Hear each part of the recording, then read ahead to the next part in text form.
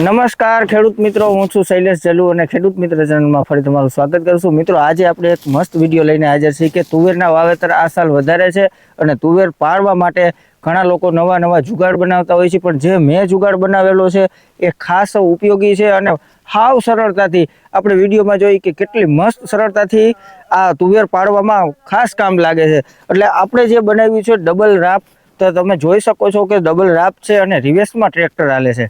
એટલે રિવેસમાં ટ્રેક્ટર હાલે પણ તમારે એવું કોઈ બીવાનું નથી કે ફગી જાહે ને નહીં હાલે. અને આ 50-50 ઇંચની બે રાપુ આપણે બનાવેલી છે અને જે માસડો છે એને આપણે થોડોક ચાલ ઓછી રાખવાની, આમાં કે હાકરું ટાઈટ રાખવાની, જેથી કરીને આપણે હાથી ફગે નહીં.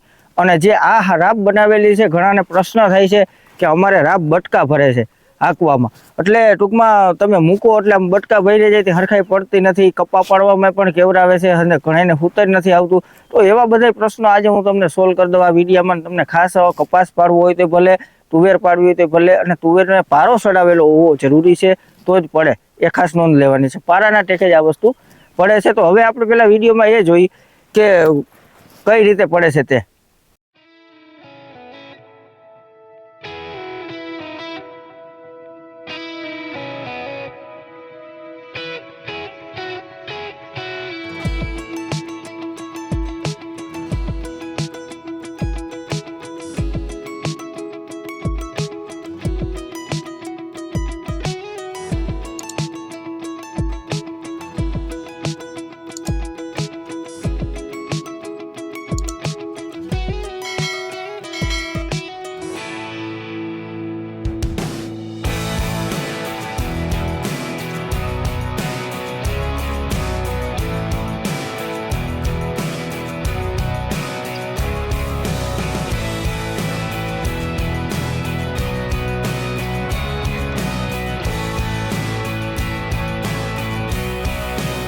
તો મિત્રો, તમે જોઈ શકો છો કે આ અત્યારે આપણે તુવેર પાડેલું છે જે એ આમ એક આયરે ગોઠવાતું જાય છે, જેથી કરીને આપણે સીપિયાની મદદથી તુવેર ભેગી કરવી હોય ને તો એ પણ ખાસ મજા આવે છે. આ રીતે તમારે તુવેર પાડો ને એટલે બધી રીતે તમારું કામ બધું હેલું પડી જાય છે. આપણે ખેતીમાં કંઈક નવા જુગાડના કાયમ માટે વિડીયો બનાવતા હોઈએ છીએ અને એ પણ વિડીયો બનાવવાનું એક કારણ છે કે તમારો મને ખૂબ સપોર્ટ સહકાર મળે છે, જેથી કરીને હું આ બધા વિડીયો તમારા સુધી પહોંચાડી શકું છું.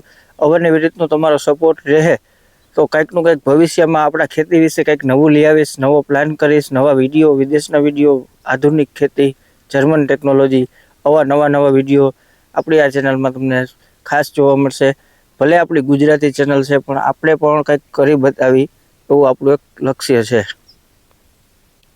તો આપણે જોયું કે કઈ રીતે પડે છે તે. તો તમે અત્યારે જુઓ છો કે આ 50 ઇંચની રાપ છે અને પાછળ આઠાની પાટો લગાડેલો છે, જેથી રાપ અહીંયા આપણે ગમે પાડતા હોય તો હા ના ખાય, એટલા માટેથી અહીંયા પાછળ એક આવો પાટો લોઢાનો લગાડી દીધો છે અને આ બોલ મારી દીધા છે 3 અને આ જે સપલા બનાવવાની ડિઝાઇન છે ને એ ખાસ અલગ છે. એટલે આ રીતે સપલા બનાવવાના રહેશે.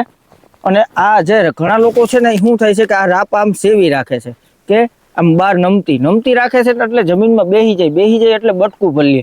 આ રાપ બેહાડવાની નથી મિત્રો. કોઈ પણ મિસ્ત્રી આ વિડીયો જોવે છે કે ખેડૂતભાઈ જોવે છે, આ જમીનમાં બેહાડવાની વસ્તુ નથી. ટહડાતી જાય અને પારાના ટેકે ધૂળ જે છે એને ટેકે તુવેર હોય કે કપાસ હોય એ નીકળતો જાય. એટલે એ રીતેથી આનું આખું ફિનિશિંગ ગોઠવેલું છે. અને 72ની જારીએ લાસ્ટમાં આ દાઢા છે, 72ની જારીએ છે. અને આ દાઢા કેટલાની જારીએ છે હું તમને બતાવી દઉં.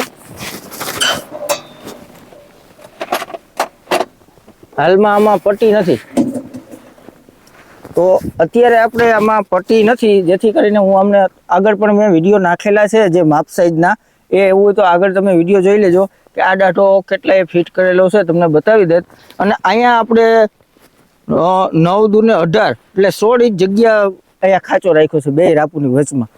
હવે જે આ દાઢા ફિટ કરવાનું છે એ તમારે સેન્ટર આપણે આગલા વિડીયોમાં ગમે ત્યાં જાણી લેશું. અને ખાસ તમને અત્યારે તુવેર પડવા માટે આ વિડીયો બનાવ્યો છે કે તમે દુઃખી ન થાવ. અને આ વિડીયો એટલો ઉપયોગી છે મિત્રો કે બધાય ખેડૂત મિત્રોને આ શેર કરવો. આ મારા અનુભવ પ્રમાણે મને કેટલા કોલ આવે છે કે ભાઈ અમારે હુતે જ નથી હાલતું રાપ, તો એને કદાચ ખબર ના હોય, આ વિડીયો એને જોયો ના હોય, તો આ વિડીયો તમારા ખેડૂત ભાઈનું આપણું ગ્રુપ હોય, હગાવાલા હોય, અહીંયા બધાય આ મોકલજો. કારણ કે આ ઉપયોગી વિડીયો હોય ને એને શેર કરવો ખાસ જરૂરી છે. તમારે આજે તુવેર ના વાવી હોય પણ તમારા કુટુંબમાં, હગાવાલામાં, ભાઈબંધ મિત્રોમાં એની વાવેલી છે તો આ સસ્તો ને સારો જુગાડ, ઓછા ખર્ચમાં અને ડબલ હાયરું જાય એટલે ઘડીક થાય ને તો આપણું પડું 10 વીઘાની રાપુથી 1 કલાકમાં 10 વીઘા હરખાઈ ટ્રેક્ટર આપવા હોય એટલે આમાં પડી જાય આરામથી, ખોટી ન થાય એટલે. તો કેટલી સ્પીડ થઈ વિચાર કરો. એક છે કે તમારે જે ડ્રાઈવર છે તો એને એવું આમ ઘડીક વાર એવું લાગે કે આપને તકલીફ પડે છે હાંકવામાં, પછી એને પણ પ્રેક્ટિસ થઈ જાય છે એટલે કોઈ પાછળ જોઈને હાંકવામાં કોઈ પણ વાંધો નથી. હાઇડ્રોલિક મિત્રો એવી વસ્તુ છે હવે આની કે ઘણા લોકો હાઇડ્રોલિકમાં મેળે નથી આવતું. તો હાઇડ્રોલિક અને અટાણે કેમ જે લટકેલી રાપ છે એમ જ્યારે બેહાડો ને તો એ આમ જમીનમાં લટકાડી નાખવાની છે, મૂકી નથી દેવાનું હાવ. આ પારાના ટેકે હાલી જવાની છે એટલે લટકાડી નાખશો ને તો જ આમ થ્રુ હાલી જાય. જો બેહાડી દેહો તો બટકા ભરવાનું પણ શક્યતા રહીએ, તમને મજા નહીં આવે. એટલે તમારે આને લટકાડીને અને આ જે રાપ મૂકો ને એટલે આ માસડો છે ને એ રેવલ રહેવો જોઈએ. જરાક મૂકી દઉં.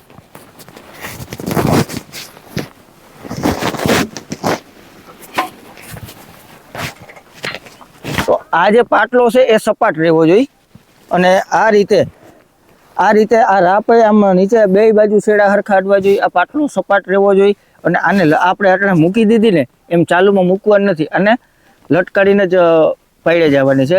તો આપણે આ વિડીયો ખાસ ઉપયોગી ને મહત્વનો તમને લાગ્યો હોય, મજા આવી હોય આ વિડીયોમાં કે કંઈક જાણવાનું છે તો આ વિડીયો ખૂબ શેર કરો મિત્રો, એવી બધાને ભલામણ છે. આપણી ચેનલમાં સબસ્ક્રાઈબ કરજો.